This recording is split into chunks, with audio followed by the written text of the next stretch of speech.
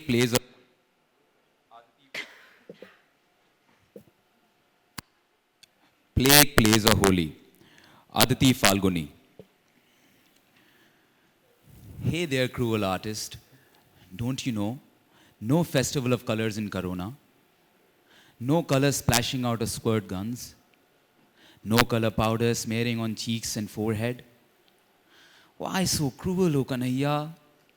In the time of contamination today, no people and revelers on Yamuna banks. Even Radha